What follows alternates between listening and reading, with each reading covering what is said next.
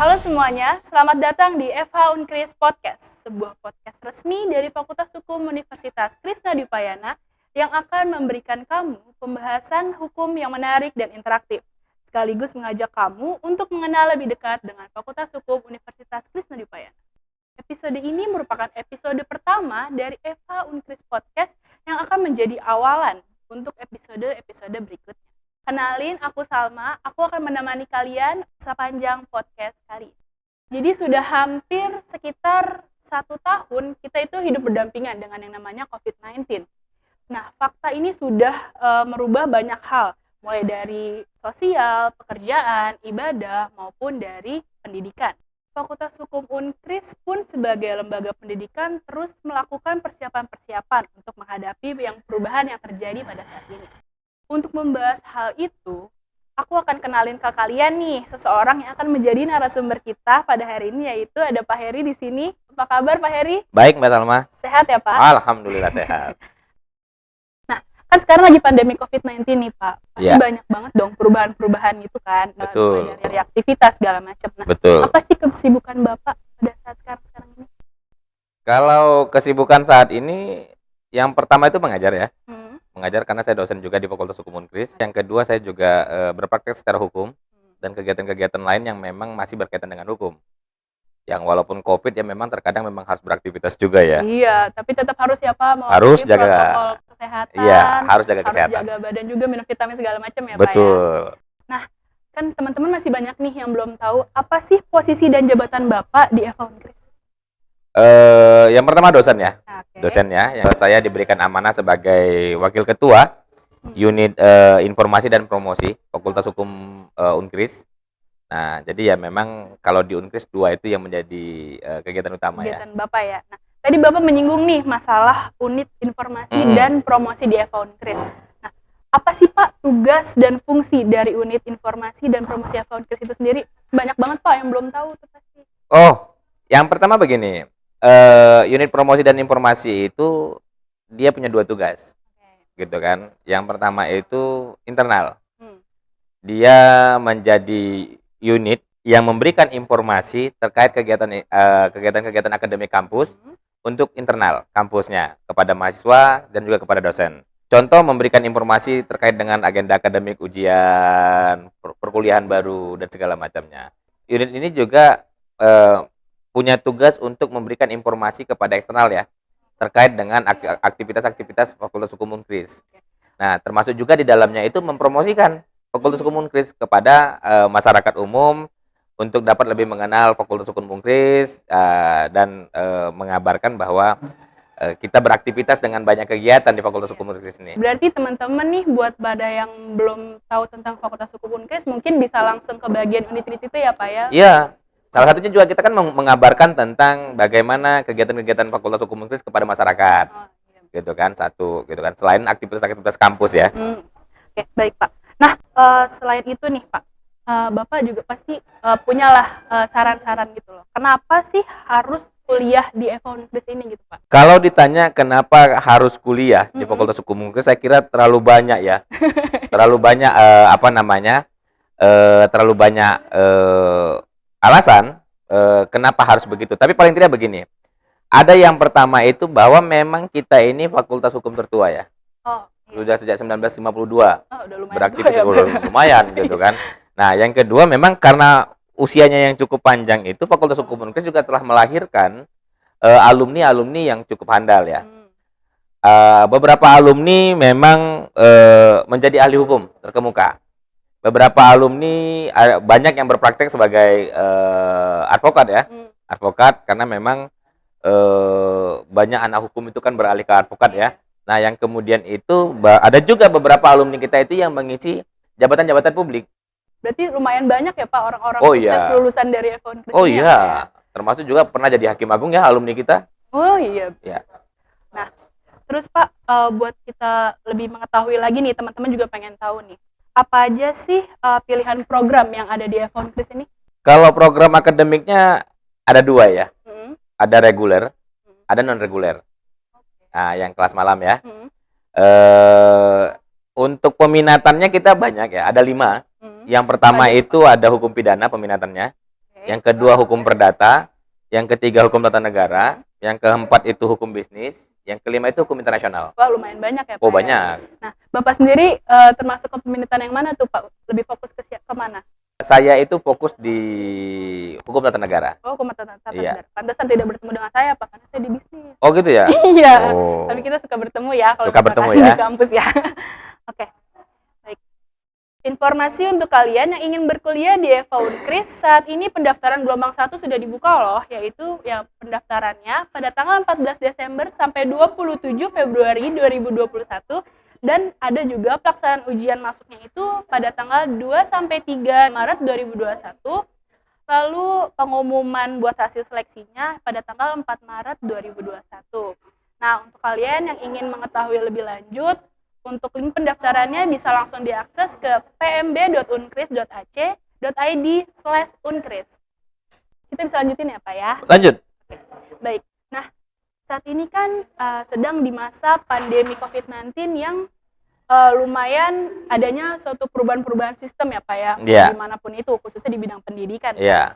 Nah, kalau misalkan dari FH Unkris sendiri, kesiapannya dalam menghadapi perubahan sistem pembelajaran itu bagaimana Pak? Kan kita kan ada offline maupun Iya. online, itu bagaimana Pak?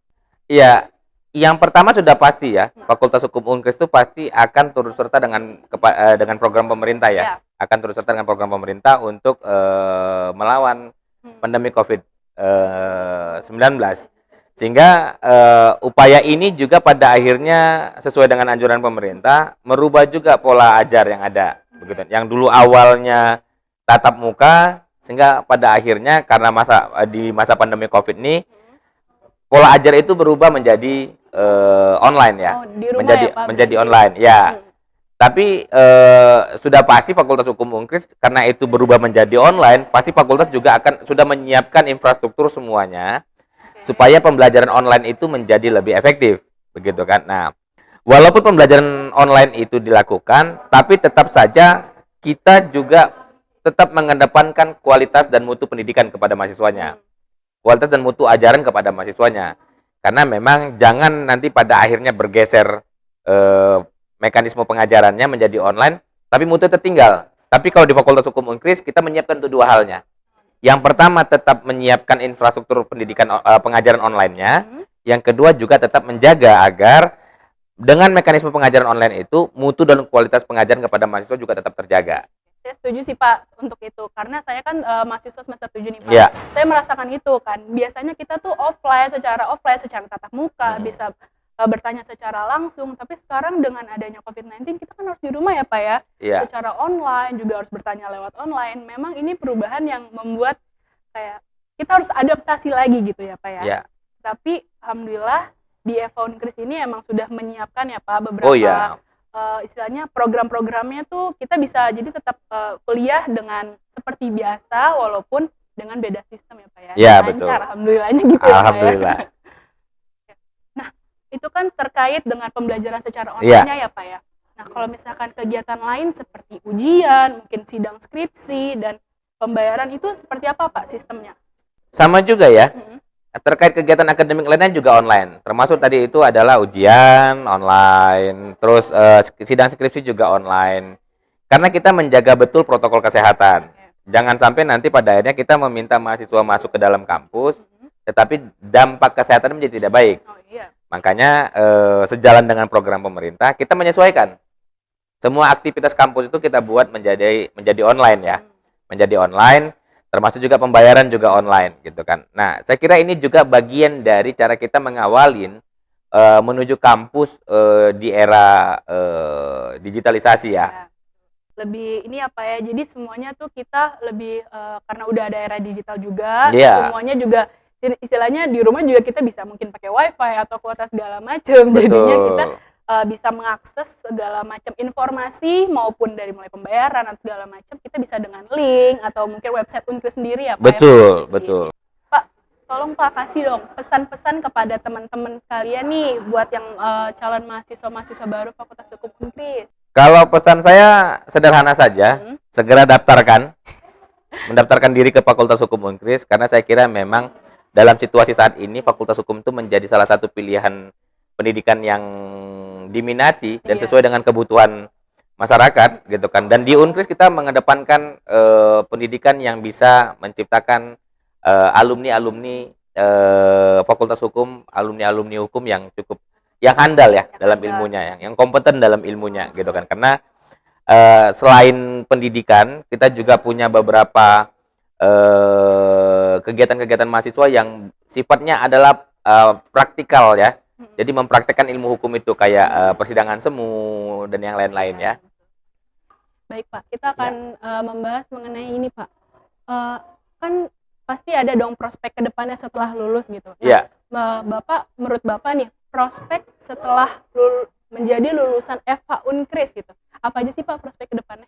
Yang pastinya begini, karena kita mendorong ya mekanisme pengajaran yang menciptakan mahasiswa-mahasiswa lulusan mahasiswa hukum yang kompeten terhadap ilmu hukum yang dipelajarinya, termasuk juga prakteknya ya. Maka saya kira memang prospek terbesar itu adalah bahwa mahasiswa-mahasiswa hukum yang lulus itu bisa bekerja di semua sektor. Bisa di semua sektor. Kenapa di semua sektor itu? Karena saat ini dalam setiap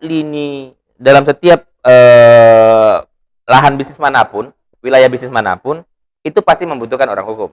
Ya, gitu kan. Nah, kalaupun dia tidak praktek sebagai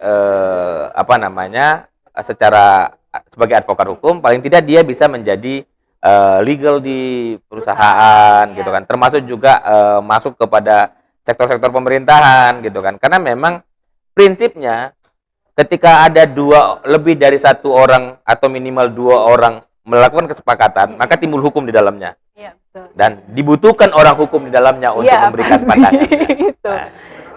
Jadi emang sebenarnya hukum itu luas ya Pak ya, bukan luas. Hanya sebagai pengacara atau bagian itu, tapi banyak prospek-prospek ke depannya yang bisa dikembangkan dari hukum ya. Oh iya, dan sekarang itu HRD perusahaan pun kebanyakan ngambilnya adalah mahasiswa hukum. Betul. Baik. Terima kasih Pak atas waktunya, tetap jaga kesehatan ya Pak ya. Sekali lagi terima kasih banyak. Terima kasih Mbak Salma. Sukses juga untuk kuliahnya. Iya, terima kasih Pak. Nah, buat kalian nih yang para mahasiswa FH Unkris yang memiliki usaha UMKM, bisa langsung follow Instagram kita di FH Unkris, lalu dapat mengirimkan foto-foto UMKM kalian ke email kita di fhunkris@gmail.com. Lalu, kalau misalkan kalian emang pengen tahu lebih lanjut lagi, kalian bisa pantengin terus di sosial media kita. Yang pertama, ada Instagram di FH Unkris, lalu ada Spotify juga di FH Unkris Podcast, lalu YouTube kita di Hukum Unkris dan website kita di www.fh-unkris.com. Terima kasih sudah hadir dan mendengarkan FH Unkris Podcast. Tetap jaga kesehatan dan sampai jumpa.